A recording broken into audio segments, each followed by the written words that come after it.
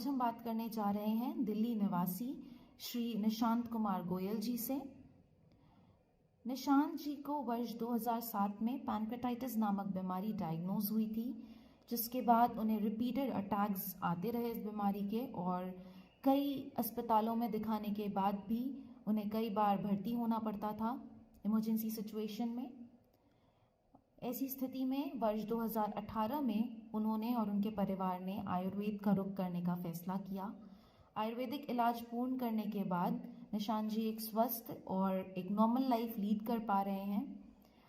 तो आइए सुनते हैं निशांत जी की कहानी उन्हीं की ज़ुबानी।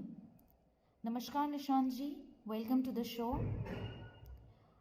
अब मैं आपसे रिक्वेस्ट करूंगी कि आप अपनी स्टोरी दर्शकों के साथ शेयर करें। Namaste. First of all, I would like to thank Sneha ji for inviting me to this show. मेरा नाम निशांत कुमार गोयल है। मैं दिल्ली से हूँ। आज मैं आप बीती शो पे अपना अनुभव आप सभी के साथ शेयर करना चाहता हूँ। मेरा पहला पैनक्रेटाइटिस अटैक मुझे 2007 में आया था, जब मैं अक्सर बाहर का खाना खाता था और मुझे मेरे परिवार को यही लगा कि एक नॉर्मल पेट का दर्द है जो कि अपने आप ठीक हो जाएगा। पर लेकिन ग्रेजुअली पेन बढ़ता गया और बर्दाश्त के बाहर हो गया। मुझे वॉमिटिंग भी स्टार्ट हो गई। जब हमें लगा कि ये सीवियर है तो हम हॉस्पिटल गए। वहाँ blood test, ultrasound and CT scan के बाद डॉक्टर ने मुझे एडमिट कर लिया और हमें इन्फॉर्म करा गया कि मुझे एक्यूट पैनक्रेटाइटिस की कंडीशन है। मैंने लगभग 15 दिन वहाँ रहा और फर्स्ट एपिसोड के बाद मेरा वेट 20 किलो कम हो गया। मेरे केस में पैनक्रेटाइटिस का कोई कॉज नहीं था, क्योंकि आमतौर पे pancreatitis is cause by regular consumption of alcohol, drugs and gall bladder stones. मुझे डाइट रिस्ट्रिक्शंस फॉलो करने को कहा गया था, जिसमें मुझे लो फैट डाइट लेनी थी, जो कि मैंने 3 महीने तक अच्छे से फॉलो करी। पर उसके बाद मैं अपने खाने को लेकर फिर से कैजुअल हो गया। मुझे लगा मैं ठीक हो चुका हूँ और मुझे पेन दोबारा नहीं होगा, और मैं अपने नॉर्मल रूटीन में चला गया। एंड 6 महीने बाद आफ्टर द फर्स्ट एपिसोड मुझे सेकेंड एपिसोड हुआ, जिसके बाद मुझे समझ आया कि कंडीशन कितनी ज़्यादा सीवियर है और इसके आगे जाकर कॉम्प्लिकेशंस हो सकते हैं। इसके बाद मैंने और भी हॉस्पिटल्स में दिखाया, कंसल्टेशन ली एंड डाइट भी फॉलो करी। सब कुछ वापस नॉर्मल हो गया था। पर फिर 2 साल बाद आफ्टर द फर्स्ट एपिसोड मुझे तीसरा एपिसोड हुआ, जो कि फर्स्ट एपिसोड से भी ज़्यादा सीवियर था। और इसके बाद इन एपिसोड्स की फ्रीक्वेंसी साल में 2 से 3 बार हो गई और पैनक्रेटाइटिस एक्यूट से क्रॉनिक में डेवलप हो गया। मैं बहुत स्ट्रिक्ट डाइट भी फॉलो करता था एंड डेली एलोपैथिक मेडिसिन भी ले रहा था। But still in between 2007 and 2018 मुझे लगभग 30 से ज़्यादा बारी पेन्स के एपिसोड हो चुके थे, जिसमें से 16 बारी मुझे हॉस्पिटलाइज होना पड़ा। आफ्टर 2014 मुझे रेगुलर एसिडिटी, ब्लोटिंग, खट्टी डकारे, ऑयली स्टूल की शिकायत रहती थी। मैं क्रियॉन, पैंडोसिल and painkillers regular basis पे ले रहा था। इस बीच मैंने होम्योपैथिक ट्रीटमेंट भी लिया, जिसका मुझे कोई बेनिफिशियल नहीं हुआ। मैंने AIIMS, ILBS, Gangaram hospital and और भी कई जगह कंसल्ट किया, जहाँ से पे मुझे कोई बेनिफिशियल एडवाइस नहीं मिली। डॉक्टर ने मुझे सर्जरी के ऑप्शंस भी दिए। मुझे गॉल ब्लैडर रिमूव करने के लिए विपुल सर्जरी के लिए भी सजेस्ट किया, जो कि मैंने करवाना ठीक नहीं समझा, क्योंकि सर्जरी के बाद भी डॉक्टर्स मुझे कोई श्योरिटी नहीं दे रहे थे कि मुझे ये एपिसोड्स दोबारा नहीं होंगे। इस बीच मैं काफ़ी ज़्यादा परेशान रहने लग गया था। I was not able to work as well and हमेशा डर लगा रहता था कि कभी भी पेन स्टार्ट हो सकता है।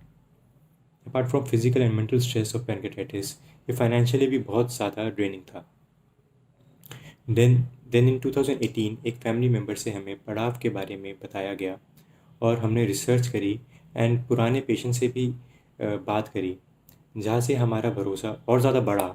लेकिन तब भी हमें आयुर्वेदा को लेके थोड़े से डाउट्स थे। पर इतने पॉजिटिव फीडबैक्स के बाद हमने यहाँ जाने का सोचा, क्योंकि allopathic and homeopathic was not working for me. So then in March 2018 मैंने पड़ाव में 21 डेज़ के लिए एडमिट हुआ। इन 21 दिनों में मुझे आयुर्वेदिक मेडिसिन्स दी गई और मेरा रूटीन, खाना पीना सब बिल्कुल चेंज हो गया।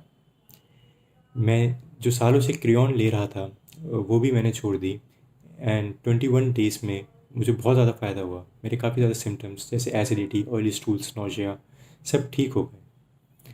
मेरा आयुर्वेदिक ट्रीटमेंट 1 साल चला, जिसमें मुझे उन्हीं की बताई गई डाइट एंड लाइफस्टाइल फॉलो करना था।